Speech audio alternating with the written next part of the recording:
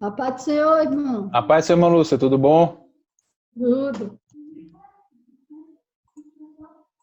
Pronto, meus irmãos, hoje a gente vai começar uma nova disciplina. A disciplina até um pouco mais prática do que a anterior, né, que é essa que vocês estão vendo na tela aí, Teologia Pastoral e Ética Cristã. Né? A gente vai abordar essas duas temáticas. Né? Então, a gente tem a primeira unidade, que aborda a Teologia Pastoral, e a segunda unidade, que aborda a Ética Cristã. Eu acredito que segunda-feira, mais tardar, eu já estou com os livros em mão e eu comunico aos irmãos para distribuir. Então, a gente tem essa primeira unidade, que vai focar na teologia pastoral, e a segunda unidade, que vai focar na ética cristã, como eu já falei. Tá me ouvindo, irmão? Estou ouvindo, meu irmão, perfeitamente. Paz do Senhor, Amém. irmão. Pai do Senhor, meu irmão. Deus abençoe vocês. Amém. Olha a fada, olha a fada. Ô, glória. Então, aí a gente tem o conteúdo, né, o qual nós estaremos vendo. Então, a gente vai ter aqui, na unidade 1, o pastor e suas prioridades, o relacionamento com Deus, com a família e com a igreja, que nós estaremos vendo hoje. Depois, o pastor e a vocação, chamado por Deus, comissionado por Deus e capacitado por Deus. O terceiro capítulo, o pastor, a igreja e a família, a dedicação à família, a relação com os filhos, o salário do pastor. Esse capítulo 3 tem um pouco de relação com esse capítulo 1, tá vendo? O relacionamento com a família. Então, certamente, a gente vai enxutar mais esse capítulo 3, deixar mais enxuto. O capítulo 4, o pastor e o rebanho, né, que tem relação com esse ponto aqui, o relacionamento com a igreja. Então, provavelmente, a gente, em algum momento, vai dar em uma aula mais de um capítulo. Então, a necessidade de apacentar, o cuidado de si mesmo, arrependimento e o cuidado do rebanho. Então, essa primeira unidade a gente vai focar no ministério pastoral. Então, é uma ótima oportunidade para que nós possamos compreender melhor o que é um pastor, como um pastor atua, como um pastor deve atuar. Já a segunda unidade, nós trabalharemos sobre a ética cristã. Vamos definir o que é ética, o que é moral, o que é ética, a ética enquanto ciência, um breve histórico da ética e a ética cristã. Isso no primeiro capítulo. No segundo capítulo, nós veremos as alternativas éticas. Isso quer dizer o quê? Os tipos de ética. Nós temos o antinomismo, que é uma negação da lei, o situacionismo, que é uma ética de acordo com as circunstâncias e a situação, o absolutismo não conflitante e o absolutismo ideal, né? Que os dois aqui vão defender questões absolutas de ética, mas com perspectivas diferentes. No capítulo 3, a gente vai ver as questões éticas na prática. Então, a gente vai ter o cristão e o amor próprio, o cristão e a guerra, o cristão e o sexo. Capítulo 4, o cristão e o aborto, o cristão e o divórcio, o cristão e a santidade. E aí nós finalizamos o livro sobre teologia pastoral e ética cristã. Nós teremos de 5 a 6 aulas nesse livro, se Deus assim permitir. Até aí, os irmãos têm alguma questão? Não. Não, tranquilo? Então vamos partir para a introdução. A gente observa, né, que o cenário evangélico, né, atual, contemporâneo, ele traz algumas questões que são preocupantes, pois quando a gente analisa essa situação atual, a gente vê que tem uma crise, né, instaurada, uma crise presente, que não é de agora, mas que já vem de longa data. E a natureza dessa crise, ela é generalizada e reflete nos mais variados aspectos da vida da igreja. Essa crise, basicamente, ela permeia algumas esferas né, como a teológica, no que diz respeito à doutrina.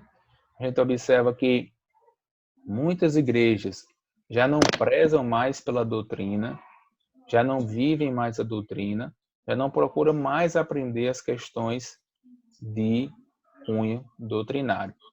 Um outro elemento é a ética, a moral. Se nós observarmos hoje, a gente vê que várias pessoas assim se dizem cristãs, mas não apresentam uma ética cristã, né? Não apresentam um comportamento, uma postura de vida cristã. E isso é lamentável, né? Lamentável. Às vezes a gente associa pessoas que têm um linguajar chulo, que têm uma forma de ser inadequada para a ética cristã, como aquela pessoa sendo cristã. Então, isso traz prejuízo para o cristianismo. E uma terceira crise é a crise vocacional ou a crise do chamado. A gente observa que hoje nós temos muitos pastores, muitos presbíteros, evangelistas, diáconos, mas me parece que uma grande parte deles, eles não são chamados, né? Eles apenas ocupam um posto ou eles apenas têm um título, né? E isso se constitui também em uma crise. Nem todos que se dizem pastores são pastores, nem todos que se dizem presbíteros são presbíteros. Esses três elementos, eles constituem uma crise na igreja contemporânea. O autor diz: estou convencido de que esta dura realidade é um reflexo da crise de liderança em nosso atual contexto, né? Muitos já falam de uma nova reforma, particularmente acredito na necessidade desta reforma, mas a mesma não deverá ser de caráter institucional. Verdade seja dita, a igreja, de fato, ela precisa de um avivamento, ela precisa experimentar o evangelho de uma forma mais integral. A gente vê muitos elementos adentrando na igreja que não condiz com o evangelho, né, que não é prática cristã. E as pessoas vão cedendo, e em muitas igrejas hoje a gente vê mais semelhança com o mundo do que semelhança com Cristo. E por isso que se faz necessário a renovação da igreja. Eu estou lendo um livro recente chamado Igreja Centrada, um livro excelente. Estou procurando aqui, mas não estou localizando. Esse livro aqui, né? E aí o autor ele vai trabalhar vários aspectos da igreja e vai mostrar a necessidade de um avivamento para as igrejas contemporâneas.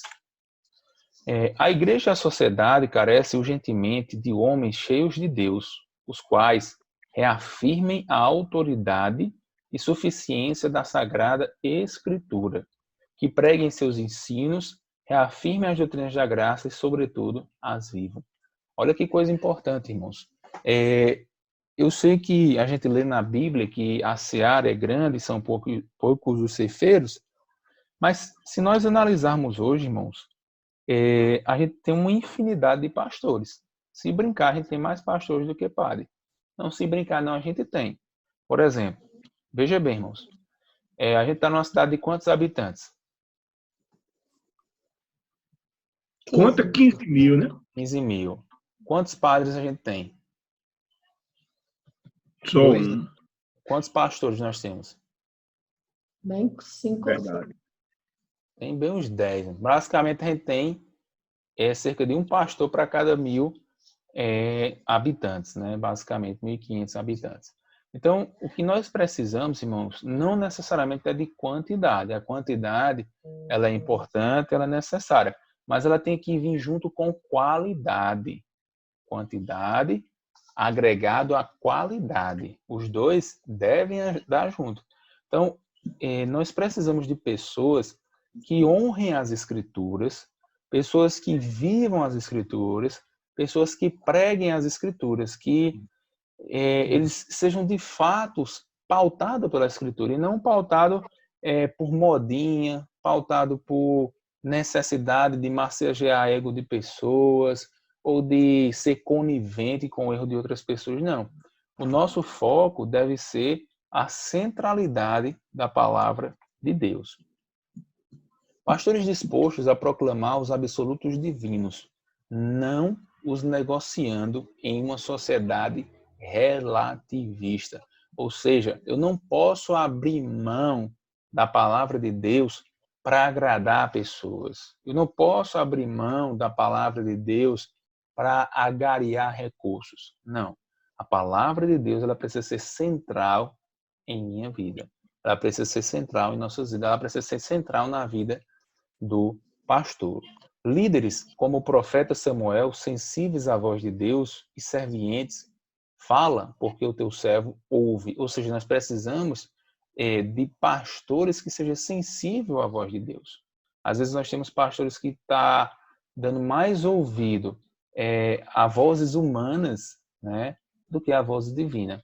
Quando eu digo vozes humanas, irmãos, eu não estou dizendo que Deus não usa homens para orientar pastor. Estou dizendo assim, que às vezes está dando mais ouvido a pessoas ímpias do que a pessoas que são conduzidas por Deus. Disponíveis como o profeta Isaías, que disse, eis-me aqui, envia-me a mim. Ousados como o profeta João Batista, que pregava a verdade. Pastores que honrem o seu chamado, os quais estejam dispostos a renunciar a seus próprios interesses pela causa de Cristo. Esse aqui é o ponto, irmãos.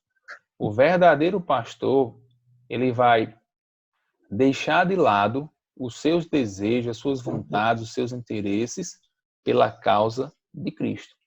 Quando você conhece um pastor, um líder, que ele coloca em primeiro lugar os seus interesses, aí já mostra que está longe de exercitar ou de exercer o pastorado. Então, ali foi uma introdução. Hoje nós estaremos vendo o capítulo 1, o pastor e suas prioridades. Né? Quais são as prioridades do pastor? O que é que ele deve focar? Então, vamos lá. Pastorear na igreja constitui-se o maior dos privilégios. Nada poderia ser mais sublime ou ter maior significado eterno que servir ao nosso Senhor Jesus Cristo em sua igreja. Essa prerrogativa é também a responsabilidade mais árdua que alguém pode assumir. Isso, irmãos, quando o pastor ele entende a sua responsabilidade. Como eu estou dizendo aos irmãos, hoje em dia, lamentavelmente, a gente tem muitos pastores que eles estão mais preocupados em negociar as suas ovelhas do que apacentá-las. Alguns pastores contemporâneos da igreja pensam e agem como empresários, profissionais de mídia, artistas, psicólogos, filósofos ou advogados. Esses elementos se opõem categoricamente com os princípios que a Escritura Sagrada emprega para descrever os pastores. Entendam bem. Essa frase aqui, ela não desconsidera os empresários, os profissionais de mídia, os artistas, psicólogos, filósofos, advogados e outros profissionais. O que ela quer dizer é que um pastor, ele não é um psicólogo, ele não é um filósofo, ele não é um advogado, ele não é um profissional de mídia, ele não é um artista, ele não é um empresário, ele é um pastor. E o pastor ele tem que ser distinto de todos os demais profissionais. Ou seja, ele tem que oferecer aquilo que nenhum outro profissional pode oferecer, exceto o pastor. Então, lamentavelmente, muitos pastores hoje estão deixando de exercer o seu pastorado para exercer outras funções ou se parecer com outras profissões. Então, a função do pastor ela é específica, ela é diferenciada. Na segunda carta do apóstolo Paulo a Timóteo, no capítulo 2, o apóstolo usa 7 metáforas para descrever a natureza e as responsabilidades do pastor. Alguém pode ler, por favor? Nela, o pastor retrata o pastor como professor, soldado, atleta, lavrador, trabalhador, vaso e escravo. Essas figuras ressaltam ideias de sacrifício, trabalho, serviço e dificuldades. Nenhuma dessas figuras sugere que o pastorado é uma atividade atraente. Isso. Então a gente observa, né, que todas essas figuras aí que Paulo retrata, ele poderia ter colocado a figura de um rei, ele poderia ter colocado uma barra de ouro, né, ele poderia ter colocado a figura de um senhor, né, mas ele colocou justamente figuras que realmente exigem sacrifício, realmente exigem mais que diz respeito ao pastorado. A função pastoral na Escritura não é atrativa, não é um status que possa ser conferido aos mais ricos da igreja. Não pode ser conquistado por tempo de serviço, não pode ser conquistado simonicamente, nem herdado por laços familiares. As prerrogativas exigidas pelas Escrituras são caráter irrepreensível, maturidade espiritual e, sobretudo, disposição para servir à comunidade de Cristo. Isso aqui é um elemento muito importante, irmãos. O pastorado não é hereditário. Às vezes tem pastor que está ali e coloca o filho, o neto, não sei quem, não sei quem, não sei quem. Então, o pastorado ele não é consanguíneo. Ele não é porque meu pai foi pastor que eu vou ser pastor. Não. Às vezes, os líderes forçam a barra e, no lugar de trazer benefícios para o reino de Deus, acaba trazendo malefícios. Isso também não quer dizer que o pastorado, um filho, um neto, quem quer que seja, possa ser pastor também, certo? Mas esse não é o ponto-chave.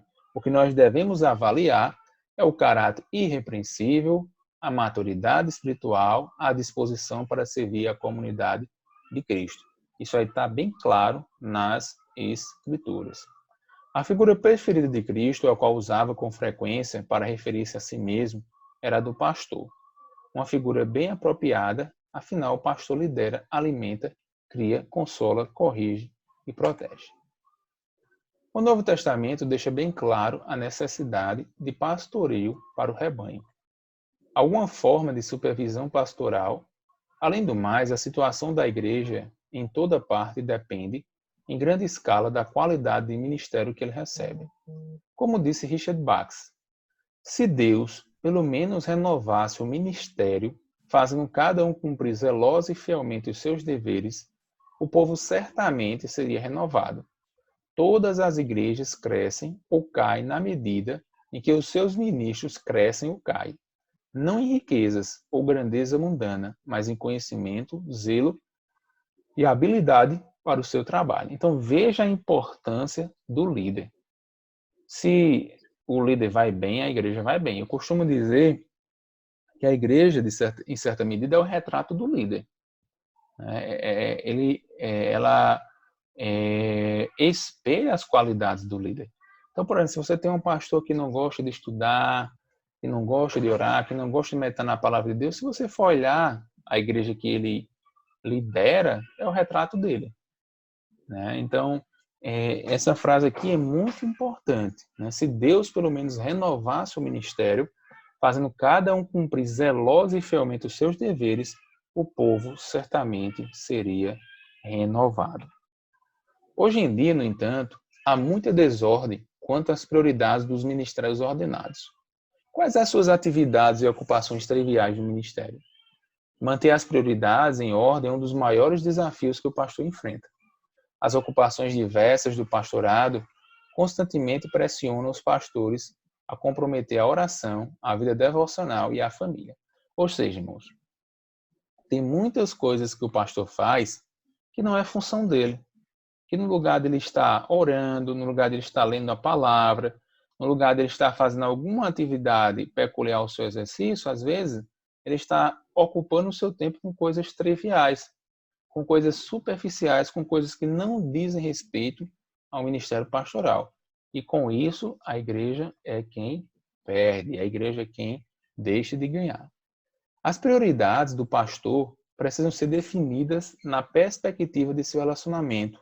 Portanto, minha sugestão contempla as seguintes prioridades: relacionamento com Deus, relacionamento com a esposa e filhos e o relacionamento com a igreja. Então, esses três aspectos é que devem ser prioridade na vida pastoral. Em primeiro lugar, a gente tem um relacionamento com Deus. O pastor ele tem que se dedicar à comunhão com Deus, à vida devocional com Deus, à oração, à meditação na palavra, ao estudo na palavra. Não adianta o pastor ele falar bem, o pastor visitar as pessoas, o pastor fazer tantas e tantas outras coisas. Se a sua comunhão com Deus ela não está adequada, ela não está de acordo, ele passa a ser muito mais um líder comunitário, ele passa a ser muito mais uma espécie de político do que um servo de Deus. Então, o pastor é aquele de quem se espera ministrar aos outros. Precisa, antes de tudo, ser ministrado por Deus. A vida devocional do ministro, o tempo gasto com Deus, determinará a verdadeira altura e profundidade de seu ministério.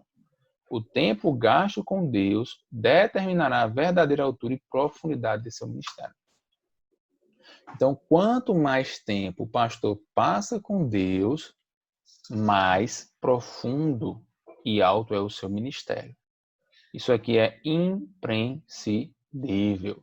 Então, por exemplo, o pastor ele deve gastar tempo orando, ele deve gastar tempo estudando as Escrituras. Né? Como é que o pastor ele prega toda semana e ele não gasta tempo estudando as Escrituras? Né?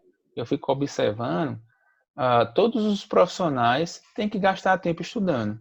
Agora, muitos pastores não. Às vezes gastam mais tempo exercitando a língua do que exercitando o estudo da palavra de Deus. Então, é importante o pastor ele desenvolver bem o relacionamento com Deus. Muitas vezes, os nossos hábitos adquiridos e arraigados durante anos nos impedem de aceitar uma revisão de prioridades para o nosso ministério. Ou seja, às vezes a gente está tão habituado, tão acostumado com as coisas, que a gente não repensa a nossa vida ministerial, a gente não repensa a nossa forma de servir a Deus. E nós precisamos sempre estar nos reavaliando. Por exemplo, o irmão Mauro, ele é policial, mas eu creio que o tempo que ele exerceu, né, o serviço de polícia, ele passou por reciclagem. Não passou, irmão Mauro? Com certeza, várias. Justamente. Então, nós profissionais sempre precisamos passar por reciclagem. Então, por que um pastor não precisa ser reciclado? Aí é que necessita ser reciclado. Aí é que precisa ser reciclado. O pastor deve desejar receber identificação semelhante à dos apóstolos Pedro e João em Atos capítulo 4, versículo 13, os quais foram reconhecidos por haverem estado com Jesus. Esses homens tinham passado tempo com Deus e o manifestavam. Olha que coisa belíssima, né? Eles resplandeciam a Deus. A primeira tentativa de alienar os apóstolos de suas prioridades aconteceu nos primórdios da igreja, lá em Atos capítulo 6, versículo 1 a 7. E o motivo apresentado foi justo. Ou seja, irmãos, aqui, no princípio da igreja, estavam tentando desvirtuar, né, os líderes, os apóstolos, das suas funções primárias, que era orar e pregar a palavra. E eles perceberam isso e designaram diáconos para servir às mesas das mulheres helenísticas e das mulheres judaicas, né, ou da linhagem dos judeus, para que eles pudessem se dedicar à palavra e à oração, mostrando a importância desses dois elementos na vida cristã do pastor.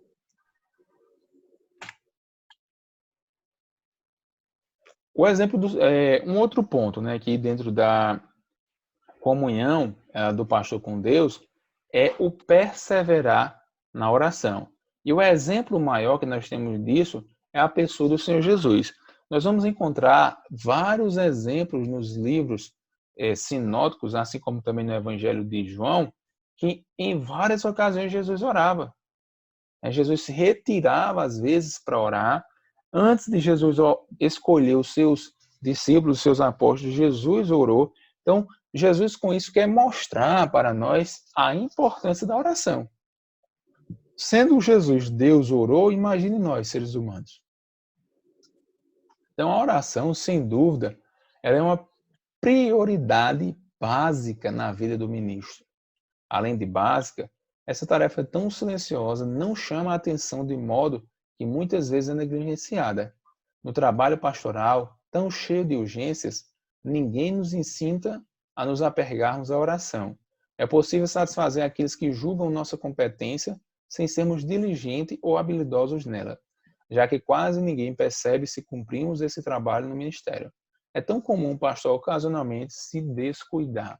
Então isso aqui é importante, né? Porque a vida de oração, irmãos, não é uma vida de propaganda. A gente não sai por aí propagando que a gente vive orando e orando e orando, porque é uma coisa muito particular, diferente de uma pregação, que é uma coisa pública, né? Então, às vezes é mais difícil de detectar, né, a nossa comunhão de oração do que quando nós estamos pregando ou exercendo outra atividade na igreja. Alguém pode ler essa parte, por favor? Os pastores não são os únicos culpados nessa situação. Existe uma grande conspiração para eliminar a oração de nossa vida. As pessoas estão preocupadas com nossa imagem e posição, com o que pode ser medido, que produz programas bem-sucedidos de construção de igrejas, controles de frequência que causem boa impressão, tenham impacto sociológico e sejam economicamente viáveis. Os compromissos ministeriais fazem o máximo que podem para preencher nossas agendas com reuniões de forma que não haja tempo para um tempo a sós na presença de Deus. Temos todo o apoio, tanto eclesiástico quanto da comunidade, para conduzir um ministério distanciado de Deus e, por isso, sem um bom fundamento. Mesmo assim, não há desculpa para os pastores. Justamente, né? Então é isso que a gente observa. Às vezes o pastor, ele vai negligenciar a oração porque a oração não vai dar ibope, não vai aparecer nas estatísticas, não vai,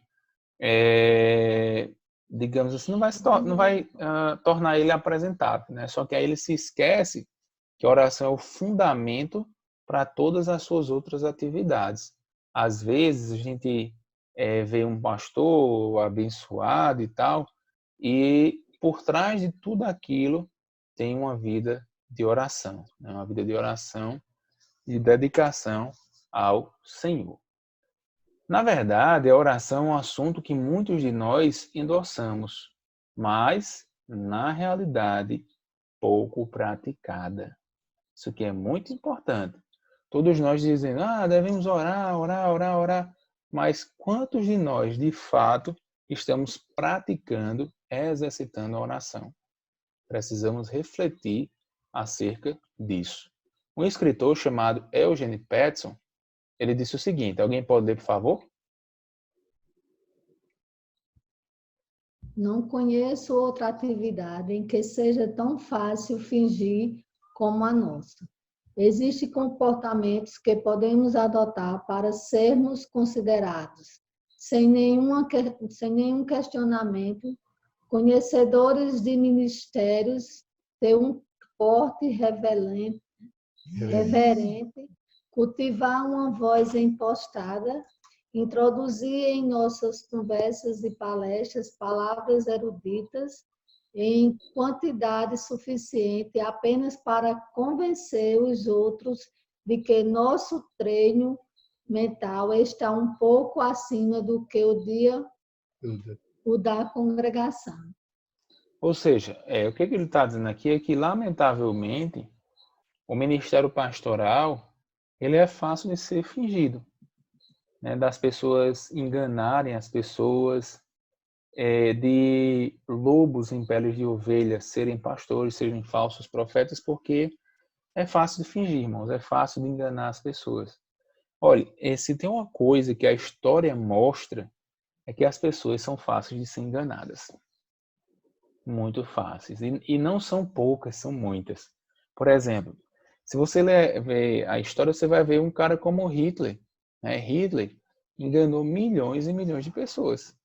Hitler enganou o mundo, né? Você vai ver outras pessoas como Mussolini e outros na história, né? Então, o ser humano é fácil de ser enganado.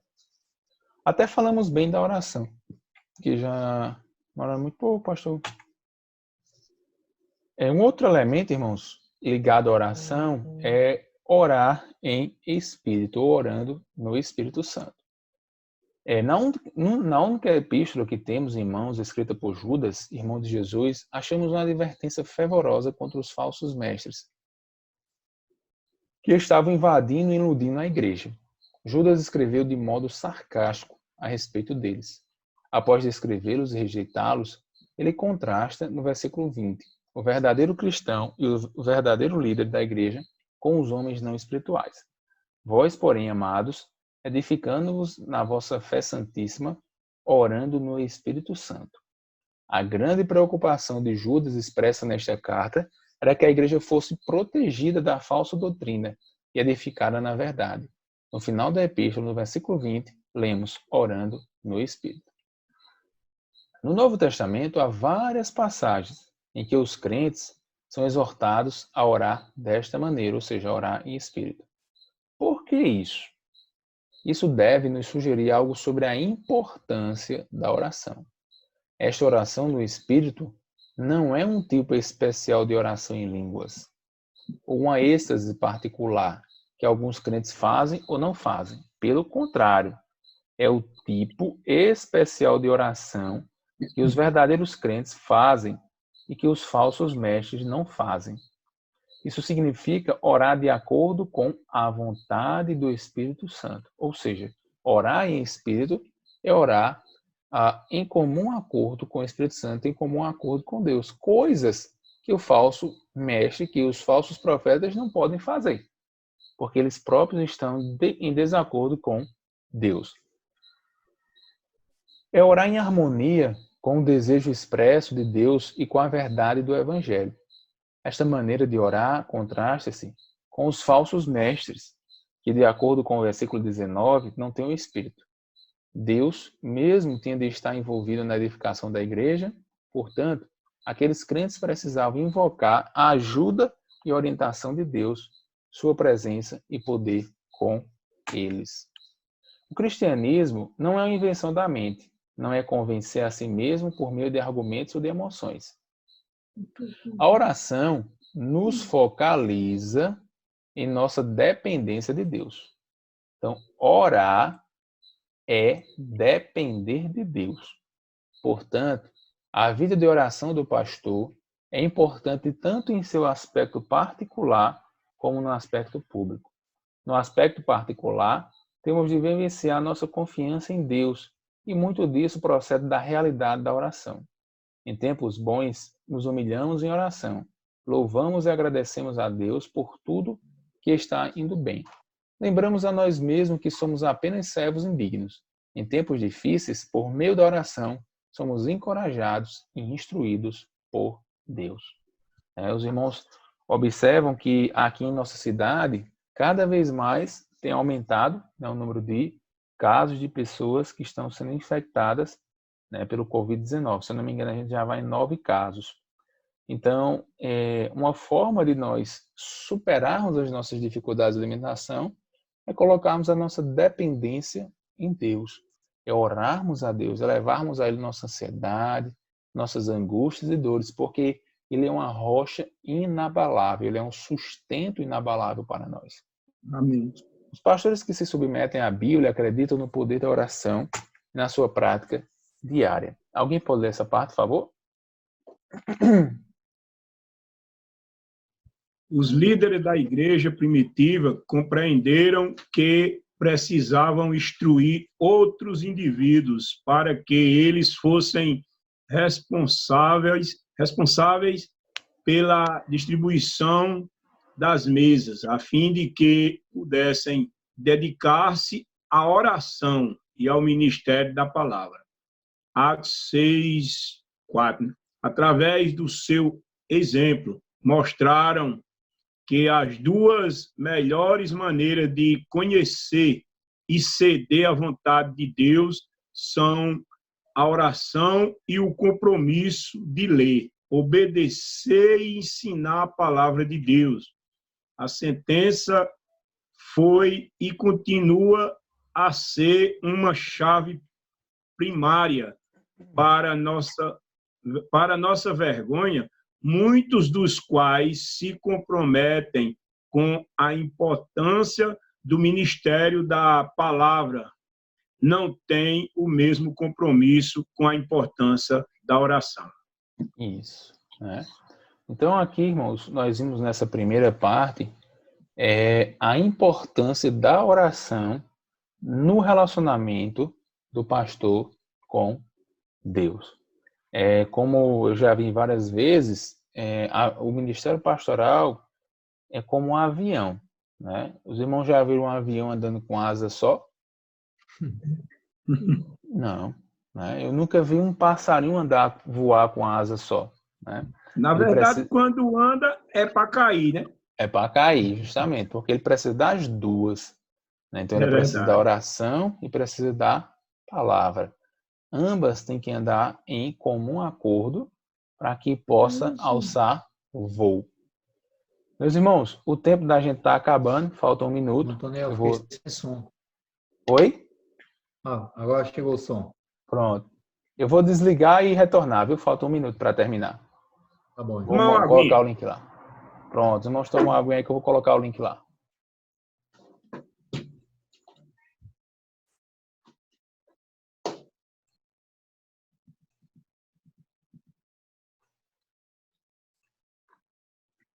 Então, a gente viu essa primeira parte, né, orando no Espírito.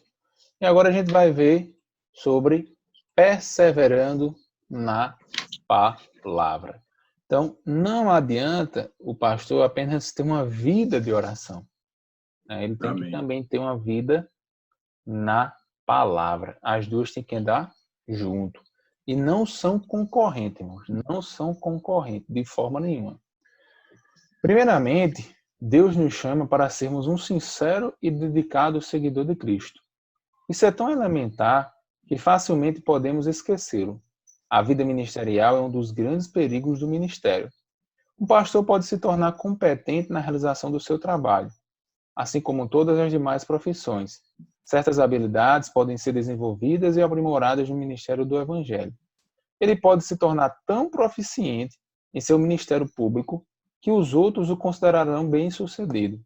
Mas, quando a mentalidade da vida ministerial conquista um pastor, seu coração inevitavelmente começará a ser negligenciado. Então, o pastor ele não pode se deixar cativar por outras coisas que não sejam prioridade no ministério pastoral. E o coração é a primeira ferramenta de todo pastor. Observe bem, o coração é a primeira ferramenta de todo pastor. Se você não está amando a Deus com todo o seu coração, porque tem negligenciado as responsabilidades básicas do discipulado, não importa o quanto você pode se tornar bem-sucedido na vida ministerial. Na realidade, isso é uma vergonha. Spurgeon nos fala sobre um pastor que pregava tão bem e vivia tão mal, que ao subir ele ao púlpito, todos diziam que ele nunca deveria sair de lá. E quando ele saía do púlpito, todos declaravam que tal pastor nunca mais deveria retornar ao púlpito. Essa divisão da vida em áreas distintas pode ser aceitável em outras vocações. No entanto, dificilmente ela pode ser harmonizada com o cristianismo vital, e menos ainda com a fidelidade no ministério pastoral. Então, olha que situação, né? A gente tem um pastor que ele tem uma vida dúbia. Então, enquanto ele estava no púlpito, as pessoas queriam que ele permanecesse lá, porque quando ele descia do púlpito, era um desastre. E quando ele estava fora do púlpito, as pessoas queriam que eles permanecessem lá, fora do púlpito, porque a sua vida era um desastre. Muitos homens bons têm tropeçado nesse primeiro nível da vida pastoral. Portanto, guarde o seu próprio coração.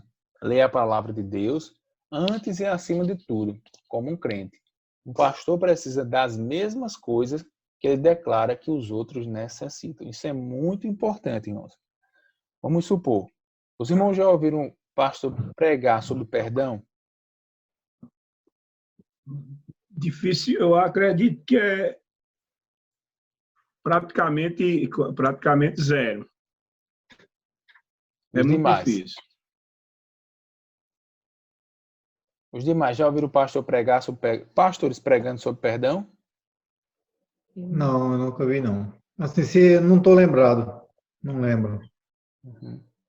Então, a gente ouve pastores pregar sobre a necessidade de perdoar e tudo mais. O que é difícil é ver pastor pedindo perdão. Os irmãos entenderam? Eu entendi. Por quê, irmãos? O pastor ele precisa entender que aquilo que ele prega deve também ser exercido por ele. Deve também ser vivenciado por ele. A palavra ela não deve ser apenas útil para os ouvintes, mas, em primeiro lugar, para ele. Por isso que aqui o autor vai dizer que o principal ponto que deve ser transformado na vida do pastor é o coração, porque é no coração que reside o centro da vida humana, a vontade, as emoções, os intelectos, os prazeres e tudo o mais. Alguém pode ler essa parte aqui, por favor? Essa parte? Ele deve seguir a sabedoria de Robert, Pode pular o nome. o qual afirmou: Deus abençoa muito mais a semelhança com Jesus do que os grandes talentos. Um pastor que vive em santidade é uma arma poderosa na mão de Deus. O apóstolo Paulo advertiu aos presbíteros de Éfeso: atendeis, pois, por vós, quando ele repetiu essa advertência. Timóteo acrescentou que fazer isso é um ingrediente essencial para salvar tanto a si como aos seus ouvintes. 1 Timóteo 4,16. Os pastores têm de transformar em um assunto de piedade e disciplina o ler e meditar e o memorizar as escrituras. Então, observe bem, né? Essa deve ser a prática do pastor, irmãos. Eu não me esqueço nunca, eu já falei até aqui aos irmãos, eu estava na casa de um pastor e eu fui na biblioteca dele, ele disse o seguinte: eu aprendi que a biblioteca do pastor deve ser mais cara que o carro que ele tem. Por quê, irmãos? O pastor, a ferramenta do pastor trabalhar não é o carro, não. Não é uma moto. A ferramenta do pastor trabalhar é o estudo, é a leitura. Então, quando a gente vê um pastor que ele tem os bens maiores do que as suas ferramentas de estudo, pode ficar de orelha em pé que aí tem muita coisa esquisita, né? Porque o pastor, ele precisa investir naquilo que é fonte de estudo, para que ele possa oferecer alimento de mais qualidade para o seu rebanho. O pastor ele não pode chegar perante um púlpito e dizer o que pensa, dizer o que quer e dizer o que acha. Ele tem que dizer o que de fato as escrituras apresentam. Ele tem que dizer o que de fato as escrituras têm a nos orientar e nos instruir, nos ensinar. O pastor deve investir tempo com Deus na meditação das Escrituras. Esta deve ser uma prática contínua na vida cristã, quanto mais na vida do pastor. Deus disse a Josué: não deixe de falar as palavras do livro desta lei e de meditar nelas de dia e de noite, para que você cumpra fielmente tudo que nela está escrito. O que quer dizer isso, irmãos? O uso das escrituras pelo pastor não é apenas para pregar. Então, por exemplo, o pastor vai pregar domingo e aí ele vai apenas, durante a semana, estudar para pregar domingo. Não. Ele precisa, com frequência, meditar nas escrituras para que as Escrituras falem ao seu coração, para que ele seja transformado pelas Escrituras. Então, segundo Champlin, meditar consiste em uma técnica que abre a mente para canais espirituais e, quanto ao uso religioso, ele define: meditação é o uso reverente, intenso e continuado da contemplação de Deus ou de algum tema ou ideal religioso. Trata-se de um exercício espiritual cansativo que requer boa postura mental, tranquilidade no íntimo, a abstração dos sentidos e persistente concentração e atenção. Seu alvo é fortalecer e elevar a vida moral por meio da comunhão com Deus. Então é ali pegar uma passagem e tentar entender o que Deus quer falar conosco através daquela passagem. É gastar tempo ali para que Deus possa falar conosco, falar com o pastor. Então, irmãos, esse foi o primeiro ponto. A prioridade do pastor é o relacionamento com Deus. Esse relacionamento com Deus se manifesta por meio de duas coisas. Primeira, segunda, oração e meditação, né? ou a palavra, né? A palavra, né? A perseverança na palavra. Então, essas são as duas formas como o relacionamento com Deus se manifesta. Mas o pastor, geralmente, ele não é solitário, né? Ele não está só. Então, ele tem uma família, né? Ele faz parte de uma família. Então, a sociedade moderna lançou um ataque sem precedentes contra a família. A maioria das questões controvertidas nos noticiários da atualidade, tais como homossexualismo, aborto, feminismo, divórcio, gangues de jovens e etc., são ataques diretos à família. Os mais fortes laços de lealdade não se encontram mais na família. Poucas famílias funcionam como uma unidade. Essa fragmentação da família acabou por minar a moralidade e a estabilidade em toda a sociedade. Então, veja bem, mais do que nunca, nos dias atuais, a família ela tem sido hiper atacada. A gente vê isso com frequência nos nossos estudos que nós fazemos com as famílias, com os casais, enfatizando sempre esse ponto. A família hoje tem sido muito bombardeada, irmãos, porque se a família for destruída, a igreja vai perder muito, a sociedade vai perder muito. Alguém pode ler essa parte de baixo, por favor? A igreja não pode tolerar ou se acomodar às pessoas a Essa devastação. Ela precisa confrontar, corrigir e treinar suas famílias. Famílias fortes é a espinha dorsal da igreja e famílias fortes produzem indivíduos fortes. Pagaremos um alto preço se não fizermos da família uma prioridade.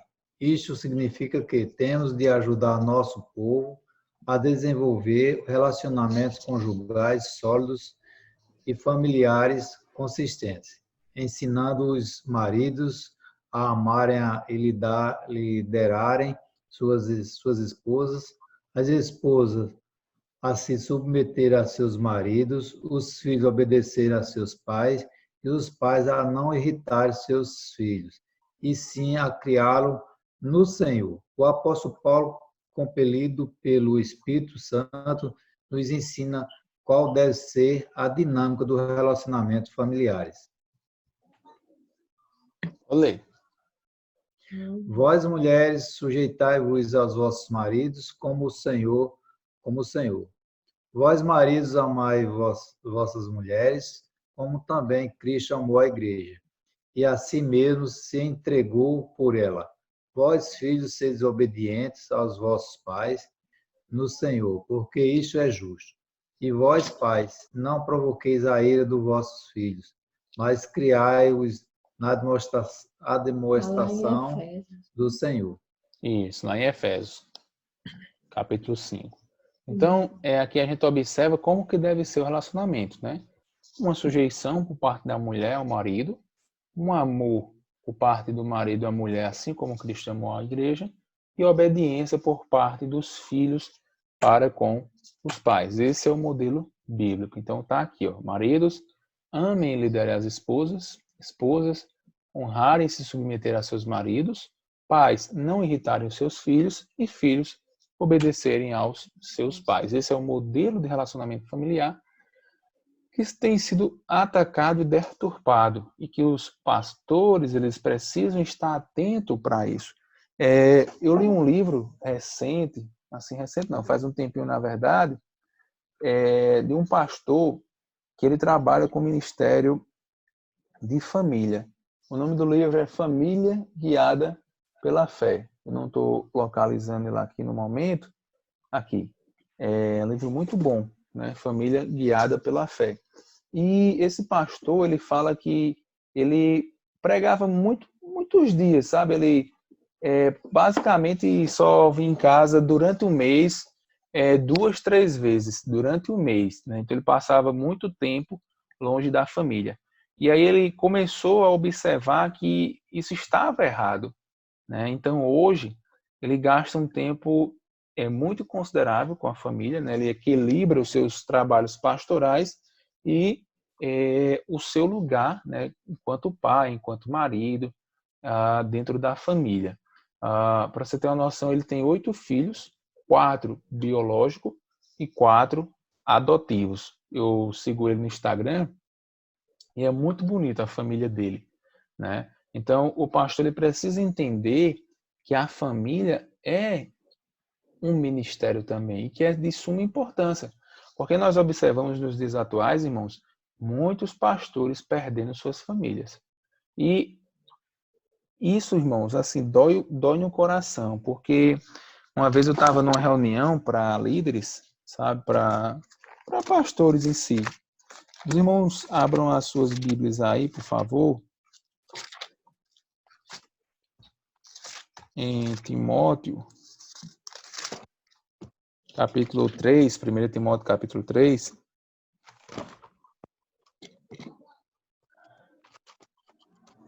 Leiam aí o versículo 4, 1 Timóteo 3, 4.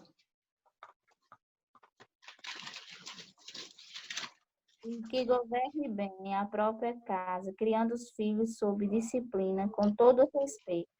Pronto. Observe bem, irmãos. Isso não é um pré-requisito, como eu posso dizer, assim, inventado ou que está desatualizado. Aqui é Paulo dizendo, ó, o pastor ele precisa governar bem a sua própria casa, criando os filhos sob disciplina, com todo respeito. E aí, lá nessa liderança, a pessoa que estava expondo isso, ela desconsiderou, ela fez, não, isso aqui, não sei o que lá, não sei o que lá.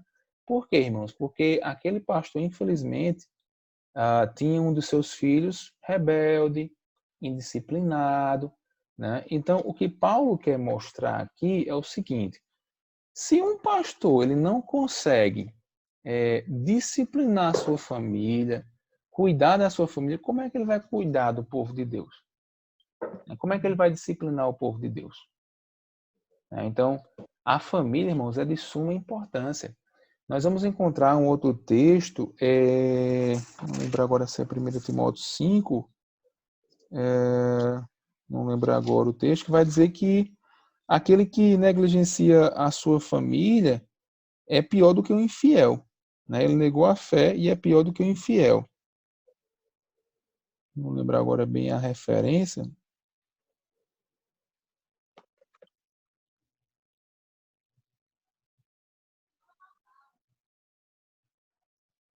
Mas é uma realidade. Então, assim, irmãos. Tem a passagem também que diz que se ele não cuidar bem da sua casa, imagine das ovelhas do Senhor, né? Pronto, achei. É 1 Timóteo 5 e 8. Alguém pode ler, por favor? 5 e 8. E 8, né? Ora, se alguém não tem cuidado dos seus, e especialmente dos da própria casa, tem negado a fé e é pior do que o descrente. Aí está a questão, né? Pior do que um descrente.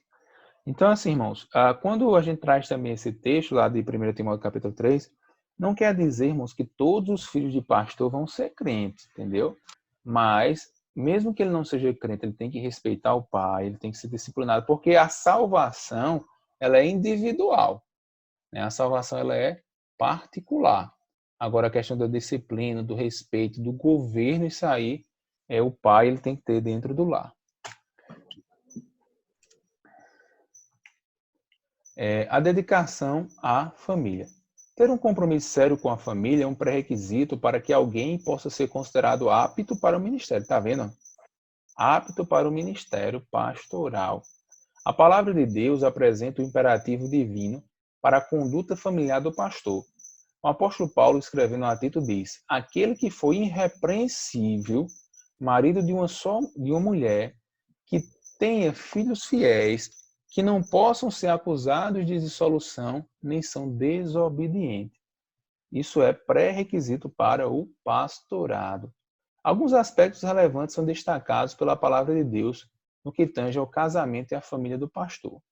Em primeiro lugar, é destacada a natureza monogâmica do casamento, ou seja, o pastor ele tem que ter quantas mulheres? Só uma, né? Só a dele. Ou seja, o casamento ele é monogâmico entre um homem e uma mulher. Outra coisa também, irmãos, o casamento ele é heterossexual, é entre um homem e uma mulher. Por que estou destacando isso? Porque, lamentavelmente, a gente tem pastores o quê?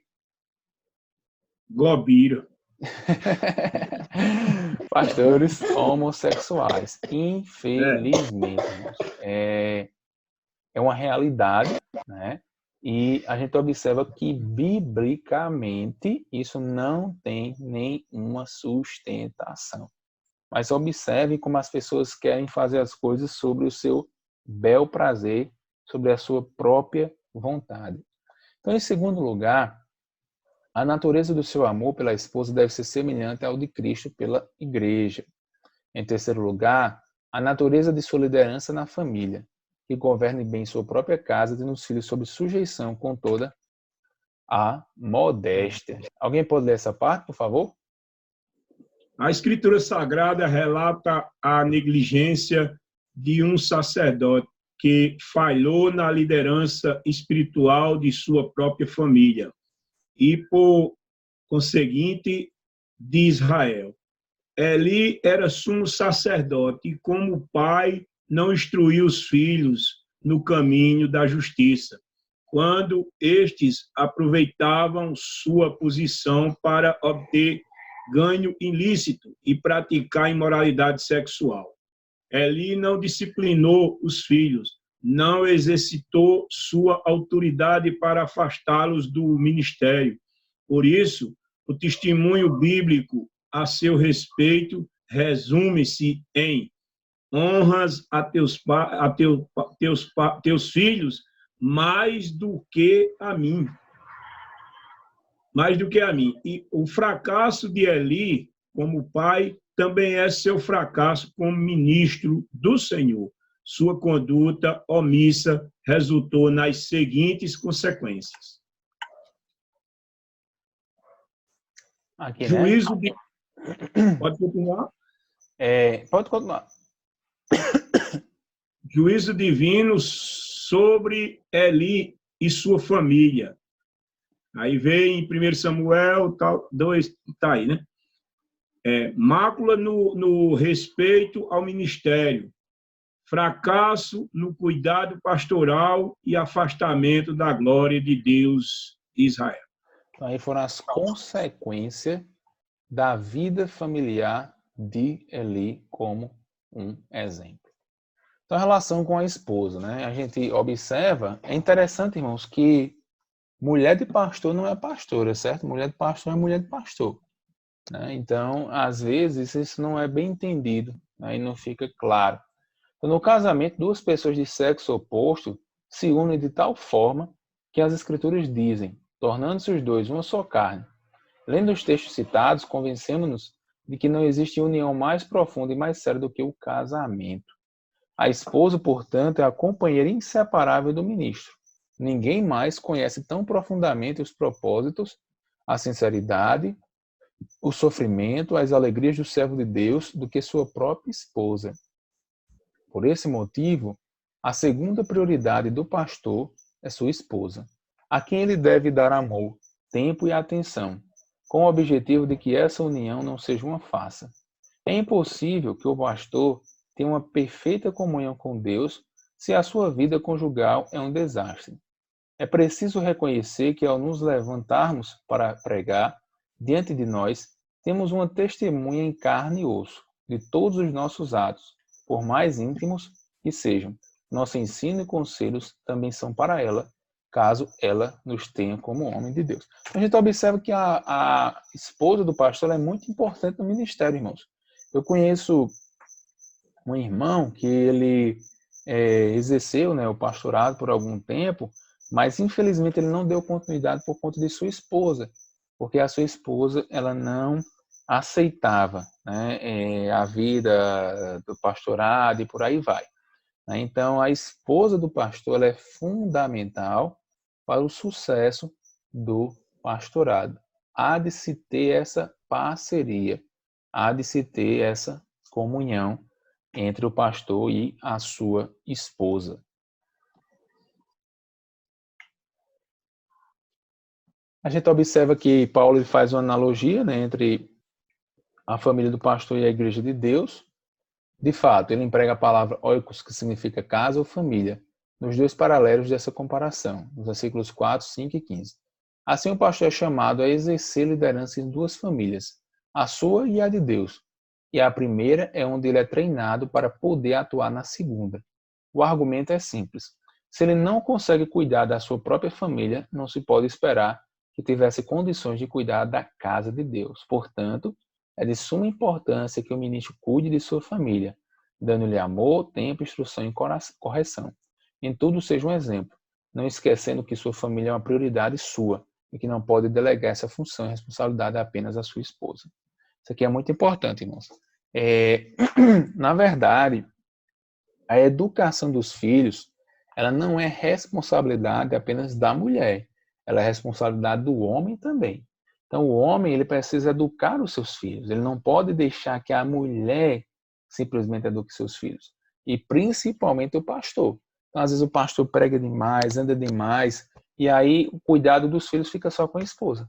Então, ele está sendo negligente no cuidado dos seus filhos. Um outro ponto também em relação à esposa do pastor é que, irmãos, a pessoa mais difícil para o pastor pregar é a sua esposa. Porque tudo que o pastor estiver pregando, a esposa vai estar ali tendo condições de conferir se aquilo de fato é verdade. Então, o pastor pregando sobre o amor, pregando sobre o perdão, sobre o que é que seja, a mulher vai estar ali, será que em casa ele é assim, né? Então, ela tem como fazer esse juízo verdadeiro. Né? Então, a gente viu, irmãos, o relacionamento com Deus, que é dividido em quê? Em 2 pontos. Com, em primeiro lugar, o relacionamento com Deus. Como é que acontece o relacionamento com Deus na vida do pastor? Por meio da oração e da palavra. da palavra. Depois a gente vê o relacionamento com a família. a família. Aí a gente viu o relacionamento com A esposa. a esposa. E agora, relacionamento com a igreja. Isso, mas além do relacionamento com a esposa, o relacionamento com a quem família. é que faz mais parte da família? Os filhos. Os filhos, isso, perfeito. E agora a gente vai concluir com o relacionamento com a igreja. Então, relacionamento com Deus, com a família e com a igreja. Esses são os 3 relacionamentos prioritários na vida pastoral. Deus tem nos chamado para pastorear o seu rebanho. Esta é a chamada vocacional e a ocupação maior do tempo de um pastor. Constantemente, eu me admiro do fato de que Deus me deu o privilégio de servir desta maneira. O ministério pastoral é a chamada vocacional mais sublime do mundo.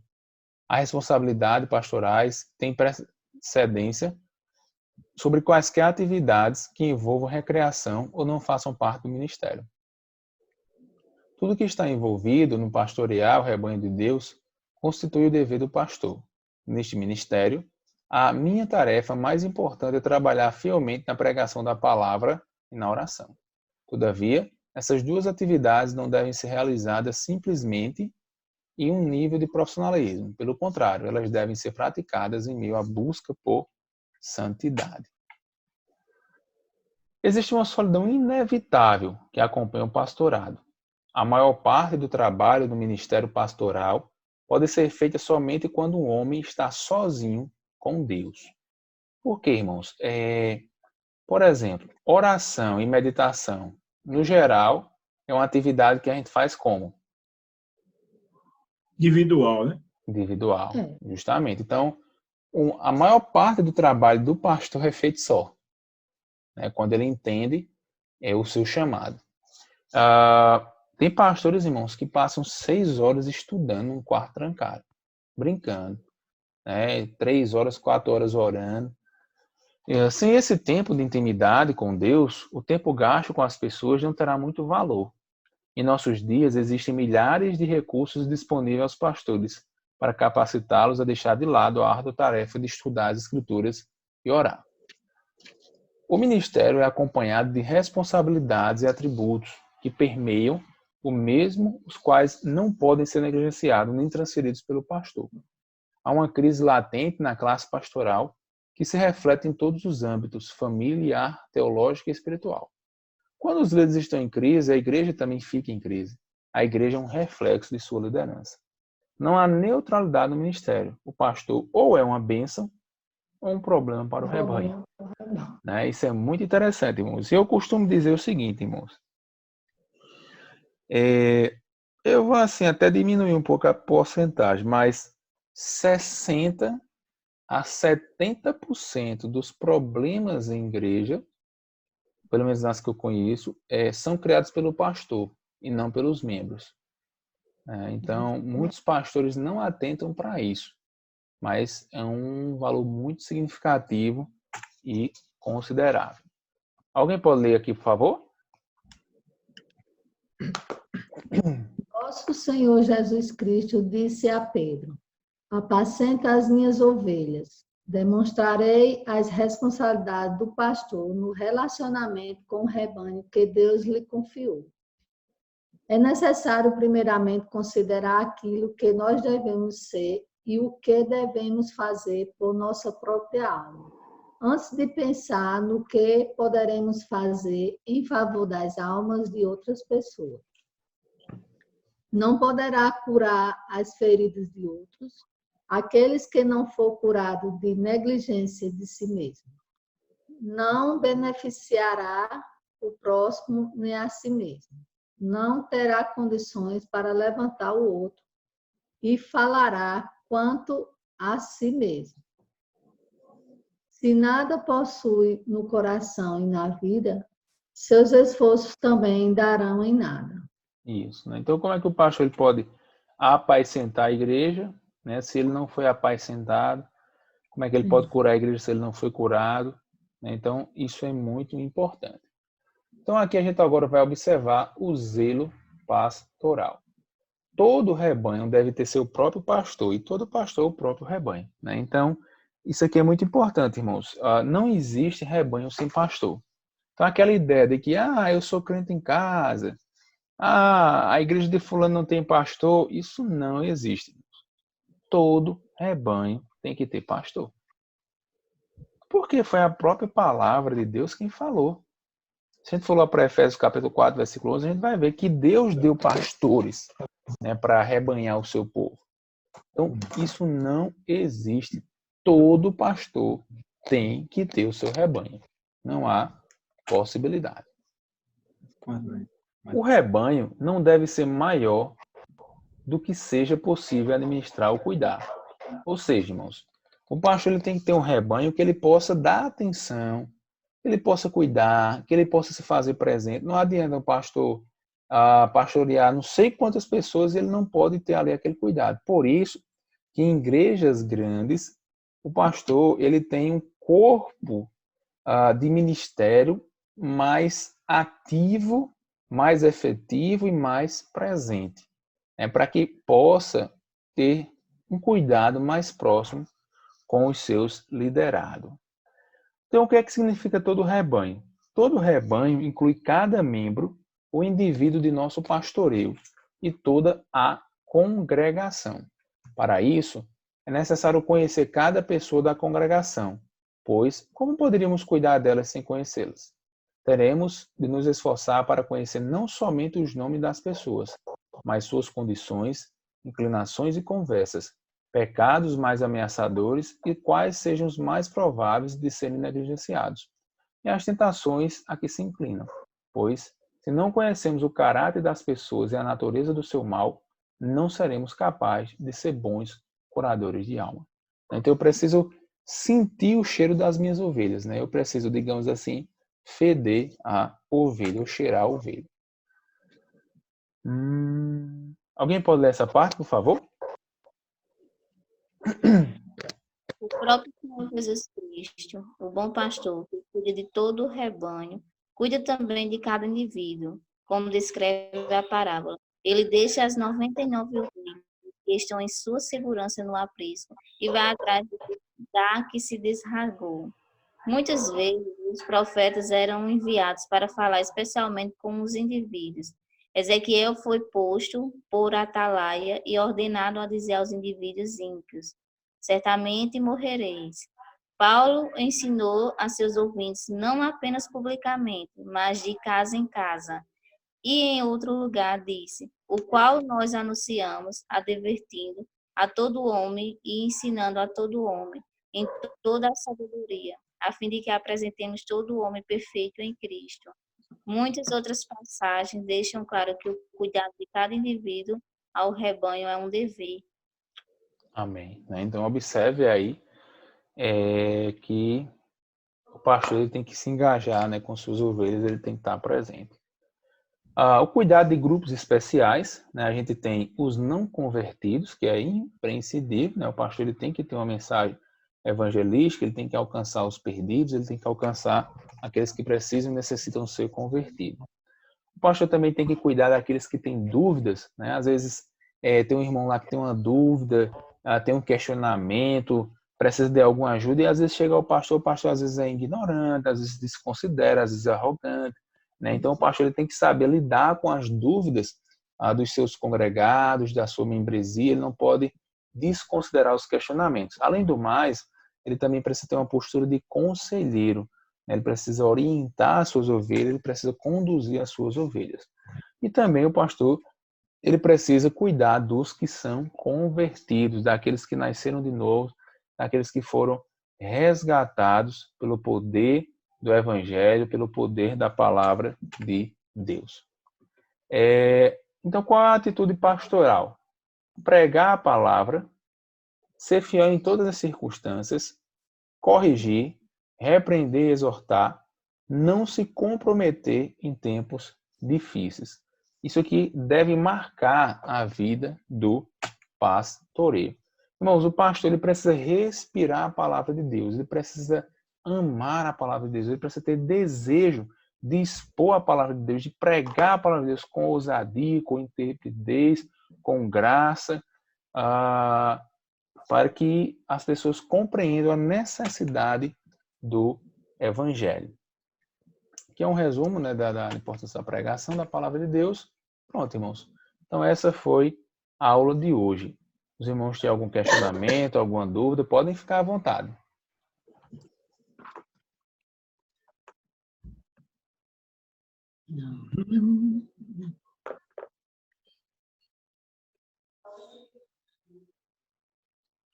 Ninguém tem nada a comentar?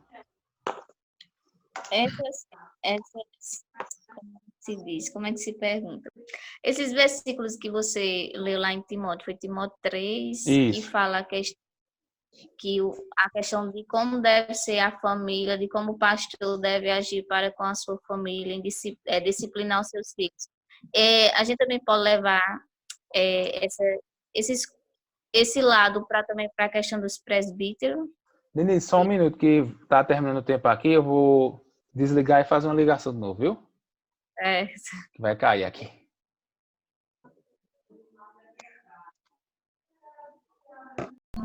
A irmã Denise.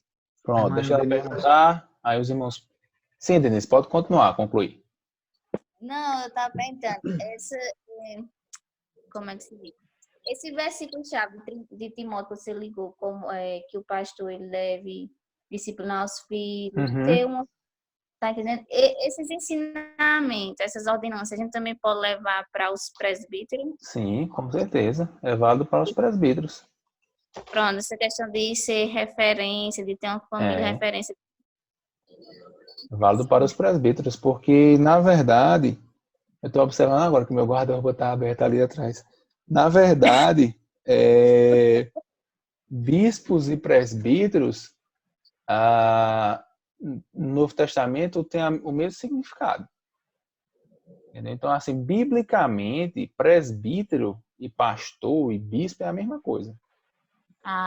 Entendeu? O presbítero, que a gente chama hoje na igreja, é porque é uma diferenciação eclesiástica, mas biblicamente é a mesma coisa. Então, esse pré-requisito aqui, ele é válido para toda e qualquer função. Até os diáconos, se você for ver mais à frente, vai falar, do mesmo modo, quanto a diáconos, é necessário que sejam respeitados de sua palavra, inclinados ao... E por aí vai. Então, é um pré-requisito válido para todos. Ok, entendi. Os demais, irmão Gilberto, iam falar alguma coisa? Não, Antônio, lá no começo da aula, o irmão falou sobre do pastor, dos dons, né? Do pastorear. Questionou sobre aquela cidade que tinha um padre, acho que 7, 10, sei lá, pastores. A gente vê também que tem algumas igrejas que parece que as neopentecostais, parece que eles nomeiam pastores não com dons, mas com cargos, né? Assim, tipo, tem que ter meta a ser cumprido, né? Isso às vezes banaliza o evangelho, não é? Eu penso assim, né? Sim, com certeza. Acontece algumas igrejas, né? Não vou citar nome, né? Mas a gente sabe, parece que não é um dom, aquele que ele faz com amor, com prazer, se dedica. Mas me parece que eles algumas denominações, eles nomeiam, mas como cargo. Não, você tem que cumprir uma meta e fazer isso e tem que ter retorno, né? Isso entristece aqui os cristãos que é uma palavra de Deus, né? Com certeza, né? É uma espécie de empresa, né? Uma empresa. Isso mesmo. Os irmãos, tem mais alguma coisa que queiram comentar? Irmão, eu só na questão aqui do entendimento, porque eu vejo assim que o pastor, um pai de família, ele cuida dos seus filhos. O pai de família, ele cuida dos seus filhos. E por mais que ele, às vezes, ele educa os filhos, ele disciplina, e alguns saem tomam outros rumos, outros destinos. E a responsabilidade do pastor, ela é bem maior nessa questão dele, porque ele, na verdade, ele como pastor, ele como pai de família, ele está cuidando dos seus filhos. Né? Ele está cuidando dos seus filhos, da sua família. E, como pastor, ele está cuidando das ovelhas do Senhor, ou seja, daqueles filhos de Deus, né? Quando feito o processo conforme as Escrituras pedem, né? Que se torna filho de Deus, como fala a palavra, aí ele já está cuidando das ovelhas do Senhor, dos filhos de Deus. Então, ele traz o exemplo, e eu acho muito lindo esse versículo que diz, se não cuida da sua casa, imagine das ovelhas do Senhor. Então, eu acho muito lindo isso, porque ele vem como um pai exemplar dentro de casa ele vem como um pai exemplar dentro de casa. E ele recebe aqui os filhos que Deus entrega a ele para ele cuidar, para ele arrebanhar, né? Como ovelhas. Isso é muito lindo. Eu acho que sobre o chamamento, eu acho que a gente prestando bem atenção aonde a gente for, porque a gente se depara com muitas situações de muitos pastores, né? A gente participa vai um culto em outra cidade, enfim, até na nossa cidade fica fácil da gente observar, porque justamente tem, como foi falado no início da aula, tem situações que é um desastre, né? E a gente tem que ter cuidado com isso, para que a gente não... Às vezes existe uma situação que eu, fazendo o evangelismo, ao pastor Inácio José, eu aprendi o seguinte: a gente às vezes diz a uma pessoa, quando a pessoa aceita o Senhor Jesus ali naquela situação, a gente diz: procure a igreja mais próxima da sua casa, uma igreja evangélica mais próxima da sua casa. E eu comentava com o pastor, a gente conversando, isso não é bom, porque às vezes a mais próxima é uma que ensina, que vamos dizer assim, que ou está dentro desse desastre, ou é uma que não ensina conforme a palavra de Deus. Então, o bom seria orientar para procurar realmente a igreja que prega a verdade. Amém. Isso mesmo. Os irmãos têm mais alguma coisa?